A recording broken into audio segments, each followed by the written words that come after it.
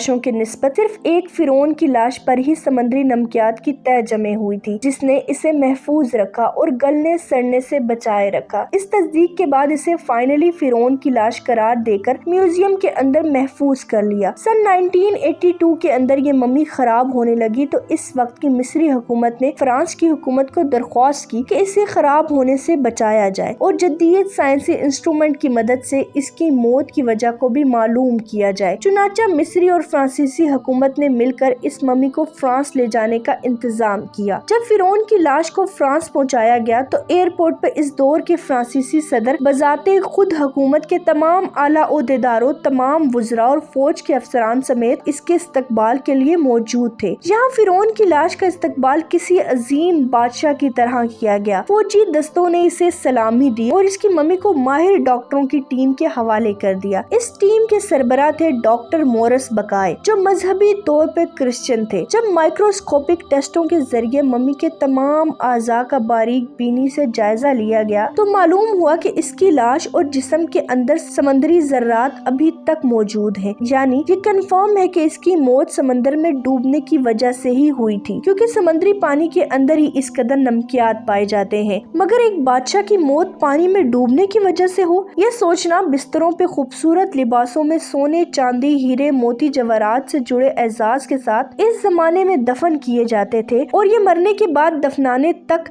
اس کی شان و شوکت بالکل اسی طرح قائم رہتی تھی جیسے ایک زندہ بادشاہ کی۔ ڈاکٹر مورس کے لیے بھی یہ ایک حیرت کی بات تھی، اور اسی تجسس میں اس نے اس ممی کے بارے میں مزید جاننے کی کوشش کی تو اس سے معلوم ہوا کہ اس بادشاہ کی موت کے حالات مسلمانوں کے نبی حضرت محمد صلی اللہ علیہ وآلہ وسلم پر نازل ہوئی کتاب قرآن پاک کے اندر آج سے 1400 سال پہلے تفصیل سے درج ہیں۔ اسے پتا تھا کہ جہاں یہ لاش ملی ہے وہ ایک اسلامی ملک ہے، چنانچہ تجسس کے ہاتھوں مجبور ہو کے وہ مصر پہنچا۔ کیونکہ یہ ایک سائنسدان تھا، اسی لیے اس نے مصر کے ایک سیف دان سے ملاقات کی، جس نے اسے قرآن پاک کھول کر سورہ یونس کی آیت نمبر 90 اور 92 کا ترجمہ لفظ بہ لفظ سنایا، جس میں فرعون کی خدائی کا دعویٰ، اس کا پانی میں ڈوب کر مرنا اور پھر پانی سے نکال کر اس کی لاش کو محفوظ کرنے کا وعدہ اللہ تعالیٰ نے واضح طور پر کیا تھا۔ ان قرآنی آیات کا اشارہ بالکل واضح تھا اور صرف ایک جانب تھا کہ میں تجھے مرنے کے بعد آنے والوں کے لیے محفوظ کر کے عبرت کا نشان بنا دوں گا۔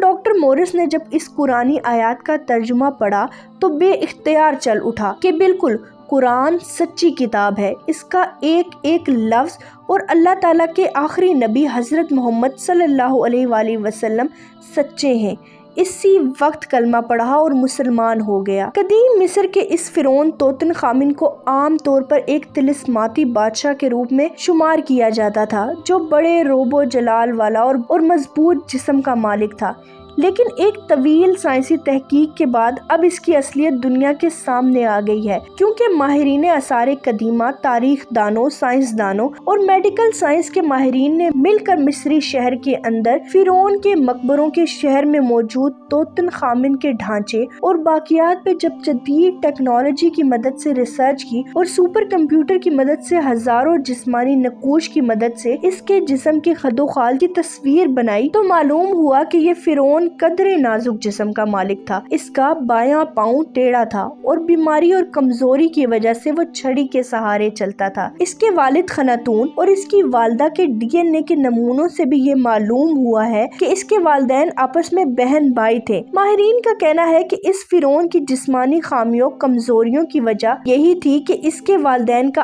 آپس کے اندر دراصل بہن بھائی کا رشتہ تھا۔ یہ فرعون آج سے تقریباً 3500 سال قبل مصر کا حکمران تھا۔ اس وقت کی رسم کے مطابق ہر فرعون کی لاش کے ساتھ استعمال میں رہنے والی کچھ چیزیں بھی ساتھ دفن کر دی جاتی تھی، جن میں سب سے اہم کچھ ہتھیار تھے، اور اس فرعون کے ساتھ جس خنجر کو دفن کیا گیا، ریسرچ کے مطابق اس کو دراصل شہاب ثاقب سے حاصل ہونے والی کسی لوہے سے تیار کیا گیا تھا، جو آج سے پہلے 1925 کے اندر برطانوی ماہر آثار قدیمہ ہارورڈ کارٹر نے بھی دریافت کیا تھا، جس کی شیپ بالکل سیم تھی، یعنی ان دونوں لوہوں کی دھات کی کیمسٹری بالکل ایک جیسی تھی۔ اس کے علاوہ سائنٹسٹ کو ایک اور بات نے چکرا کر رکھ دیا، اس لوہے کو زنگ نہیں لگ سکتا تھا، اور اس طرح کے لوہے کی مصر کے اندر موجودگی بہت ہی حیرت کی بات تھی۔ میگزین میں پبلش ہونے والی ایک رپورٹ کے مطابق مصر اور اٹلی کے ریسرچر نے اس خنجر کے لوہے کی بناوٹ کی تصدیق کرنے کے لیے بیرونی ایکس رے کی تکنیک کو استعمال کیا، اور اس کی تحقیق کے مرکزی کردار ڈینیلا کوملے کا کہنا ہے کہ اس دھات کا موازنہ ایک اسٹیرائڈ کے ساتھ کیا جا سکتا ہے جو کہ مصری بحر احمر والے ساحل پر 2000 کلومیٹر کے دائرے میں کبھی گرا تھا۔ اگر آپ پبلش ہونے والی ریسرچ کا گہرائی سے مطالعہ کریں تو آپ یہ جان جائیں گے کہ قدیم مصری 1300 سال قبل مسیح سے یہ جانتے تھے کہ لوہے کے یہ ٹکڑے آسمان سے گرے ہیں، جبکہ یہ بات مغرب کو 1000 سال بعد یعنی آج سے تقریباً 1300 سال پہلے کافی سائنٹیفک ریسرچ سے معلوم ہوئی، جبکہ مسلمانوں کو آج سے تقریباً 1400 سال پہلے اللہ تعالیٰ کے رسول حضرت محمد صلی اللہ علیہ وآلہ وسلم نے قرآن پاک کے اندر واضح طور پر بیان کر دیا تھا کہ لوہے جیسی دھات زمین پر پیدا نہیں ہوتی بلکہ آسمان سے یا خلا میں کہیں سے آتی ہے، اور یہ قرآن کے ایک اور سائنٹیفک معجزے کی طرف اشارہ کرتی ہے۔ لاش عبرت کے لیے ایسے محفوظ کر کے دنیا کے سامنے رکھ دی گئی کہ آج انٹرنیٹ کے ایک کلک پر اخباروں اور ٹی وی چینلز پر اور میوزیم میں اربوں انسانوں کی آنکھوں کے سامنے ہر وقت یہ قابل طرز حالت کے اندر موجود ہے۔ کس کے لیے؟ عبرت کے لیے، سوچنے کے لیے کہ عبادت کے لائق اور ہمیشہ رہنے والی ذات صرف اللہ تعالیٰ کی ہے، اور خالق مالک ہے، سب کا رازق ہے، اور اگر دنیا کے انسانوں میں واقعی کوئی اور خدا موجود ہے تو وہ اپنی قوم کو تباہ ہونے سے پہلے خود کو ہی اللہ تعالیٰ کے عذاب سے بچا کر دکھائے۔ اللہ تعالیٰ ہمیں سمجھنے اور عمل کرنے کی توفیق عطا فرمائے۔ امید ہے آج کی ویڈیو نے آپ کی معلومات میں اضافہ کیا ہوگا۔ اللہ حافظ۔